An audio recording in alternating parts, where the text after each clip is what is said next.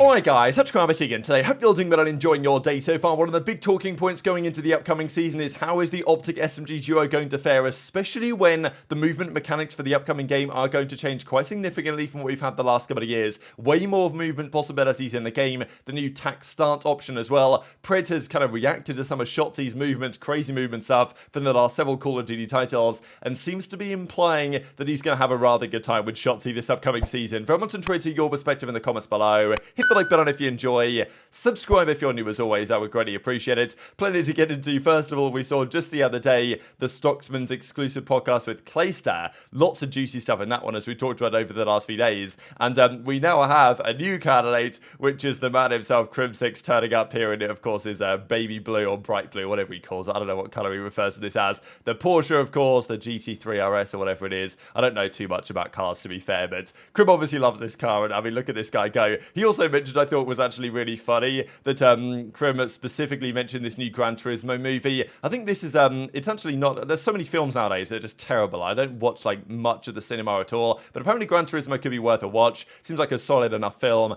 and the story behind this is kind of like this gamer who would play Gran Turismo on the PlayStation or whatever. He then, there's like a chance that these guys had, he was one of the top sim racers. It's obviously a story, and it's embellished to some degree, but it's meant to be based on a true story of, you know, and then they did like the trials to see if they could actually race real cars. They did the training for it, and then he gets in a real car, and I'm sure does rather well at the climax of the story. So anyway, this is kind of all the promotion and everything. Apparently it's a pretty good film, and as Crim says, Gran Turismo is incredible, loved every moment of it. The movie hits home with me, and I thought this is great, right? Because now Crim, having retired from competitive COD, greatest ever, whatever, he's now doing the, you know, Rin Sports. He's on the FaZe Esports sim racing team, and look, he's pretty much brand new relative to some of his competitors that have been competing for like, you know, 15 years in this sim racing stuff. And I'm sure the next step that he wants to take is to, you know, actually do this in real life maybe more often. I don't know. So you know, the storyline is exactly what I'm trying to replicate with sim racing transitioning to motorsport. So yeah, he actually kind of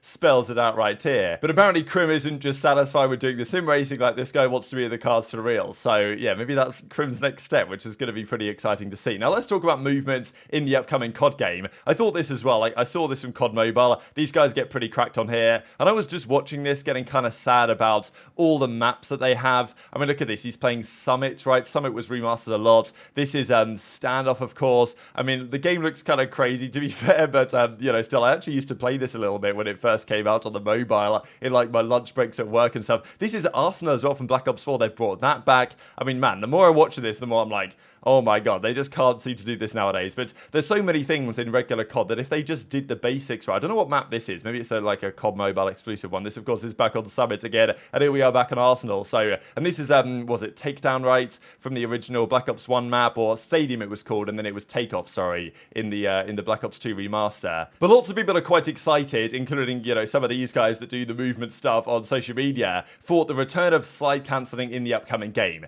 There is going to be, according to our understanding, way more movement to be abused in the new title for Modern Warfare 3 than there has been the last few years. It's kind of been a feeling that Infinity Ward haven't been so happy with players being able to do too much and taking advantage of players that are brand new. So they've really dulled down a lot of the movement over the last couple of games. Yes, you can still slide and jump and kind of bunny hop, but some of the movement we had a few years ago, even after the jetpack era, right? Like, let's say Black Ops 4, there was a lot you could still do. It almost felt like a pseudo jetpack game, Black Ops 4, with the sliding and the grapple hook, for example, as well. And even in MW19, it was pretty quick also. The last few games, though, apart from maybe Vanguard, haven't quite been the same way. But we have had confirmation of even a brand new movement mechanic in COD. This is known as the tactical stance, or the tac stance, where it's pretty much a halfway point between ADSing while, you know, moving at ADS speeds, and while hip firing while running at normal running speed, I suppose. And this is in between. So it's like a half ADS, half running type thing where you can kind of move halfway between and shoot halfway accurate. So it's an interesting idea, and it will be viable, I'm sure, and players that are good at taking taken advantage of stuff like this will probably benefit as a result. And that's not the only thing. I mean, have a look at this selection that Zyra comes out with. These are pretty much all the changes to movement we expect to see. The Dolphin Dive is going to be in the game. There's going to be a side cancel, the reload cancel, this tack stance thing. Apparently the mantling is faster. You can mantle while sprinting, tack sprint resets while sprinting or something. So, you know, obviously tack sprint's in the game. Again, I wish it wasn't, but it is what it is. Let's not forget the faster ADS and strafe as well. And we believe that there's also going to be the Stalker perk in the game, which, you know, the Stalker perk has typically been useful mostly on like the stock attachment, let's say, useful mainly on the ARs. But you guys remember back in, well, even Black Ops 3, I would say, when it became very viable to use stock on the SMGs to have, you know, greater ADS mobility, which actually became the meta. And even in Black Ops 4, people would use the stock 2 Sorg, you guys remember at the start of the game before it got GA'd, but people would still use stock 1, because even on the SMGs, the faster ADS strafing speed was a really valuable trait to have. And, you know, so maybe there's even an option for that in the new games, because the last couple of titles hasn't been quite as quick on that side. And if there's one player in the entire league that's known primarily for his movement, it's this man OpTic Shotzzy, of course. And, you know, he's come up with many clips on this. I mean, this was a pretty funny one here on Shipment. He says, you know, say hi to TikTok and just, you know, 360s this guy and gets hyped as a result. And, I mean, look, there was this clip actually that crowed, well, we'll see it in a second, Pred's reaction to this from a while ago now, if it actually wants to load. But we'll see it in the video, so you guys, you know, so here comes Shotzzy flying around the corner, and Pred can barely keep up with the guy, right? And it reminded, or what reminded Crowd of this was actually this, which came at the other, I don't know if you guys saw this at the World Championship for Athletics. Somehow this guy oversteps the mark here, right? So this is obviously an illegal jump, but I don't exactly know, like, what he bounced on, or whether he just, like, I don't know, got the momentum wrong or something, but he comes flying up into the air. Like, I've never seen anything like this in my life. And, I mean, long jump isn't usually meant to look like this, but he still goes way over 8 meters. It was actually insane. And this reminded some people of Shotzzy's movement in the Call of Duty title. So Pred actually reacts to this last night and just kind of gives his thoughts on some of the crazy things that Shotzzy was up to, even, let's say, in Vanguard and Modern Warfare 2. And therefore, you can't imagine what might be the case in the new title with way more movement to abuse. One's close, one's close. No way.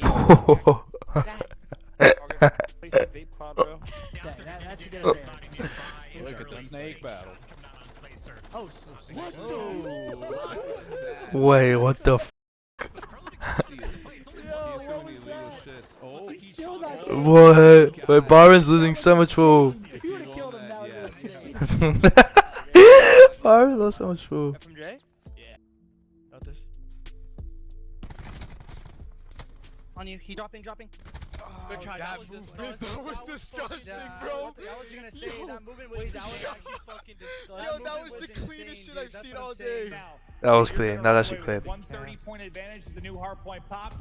It'll be Mutineers into it. All 4 players grouped up and ready to rip and roar. And out from OpTic, Texas. You can't ask for the better bait and switch. That Ghosty, he just shoots him through the wall. There's those first 2 picks, and now they're going to fly. This all comes down to Capsidal and Fellow. It's literally troll. Oh my lord. That's GG. Don't get time, just finding PT. I got time, you're good.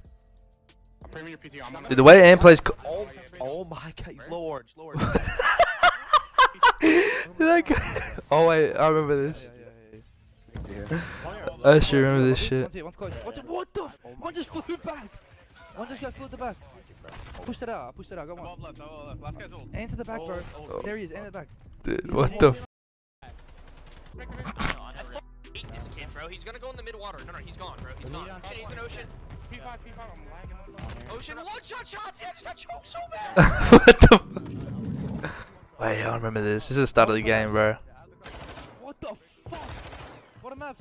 What a mess right now. One shot. Dude, and it's fucking tweaking for that. Get it done. This was a dirty clip. That was dirty. That was dirty. That's a dirty clip. How much did you chase, Donald? He got the backs now. Shit on. Holy. Nice. One was Xbox. One was gas side. Okay, X1 does. That's true. Whoa, and it's tweaking. I killed Ant. He's back out. I didn't hold the full. He killed me then. That would have been nuts.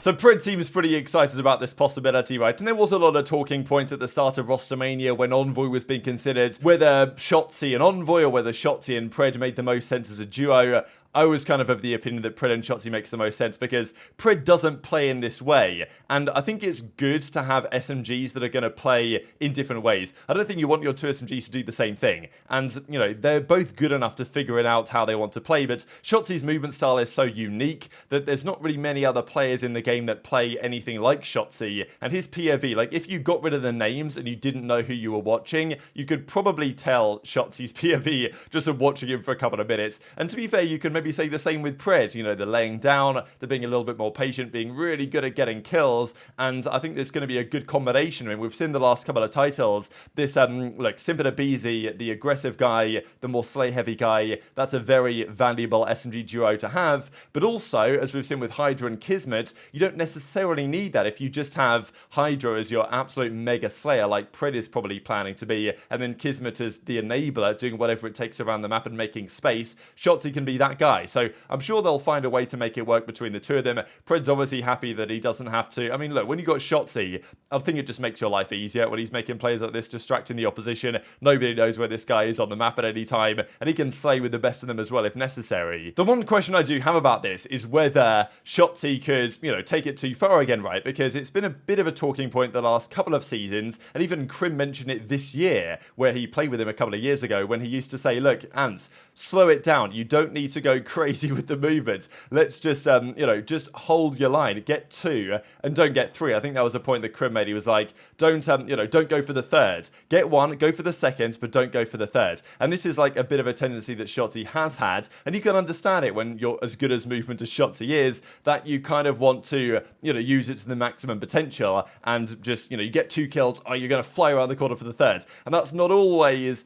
necessary, and some people would say, and there's certainly clips I saw this year that would make me believe that Shotzzy was, you know, abusing the movement a little bit too much, and just holding station would have been a better play. Now, maybe you don't get one without the other, and you have to accept that Shotzzy's going to make some mistakes in order to make some of the plays that he does make, but still, with excessive movement in the game, does that mean that these plays that Shotzzy might make that might be a little bit unorthodox and probably not the correct play, just to abuse the movement a bit more, they might be more successful with better movement in the game that can be abused more? But alternatively, you might find yourself in a situation where he's getting caught out more often because there's more things to abuse, therefore there's more mistakes to make, I guess. So that's one of the questions that I do have as to whether Shotzzy's playstyle is going to be even more effective, or whether he's going to be a little bit more vulnerable to making mistakes. And he doesn't make that many mistakes, but sometimes it is noticeable. So tweet your thoughts on that one. Just to close out here, thought this was cool from Breaking Point. Every season of Kenny's career, if he goes on to where he actually played in Advanced Warfare, only 3 events he played that season, couldn't play Champs because he was only like 15 at the time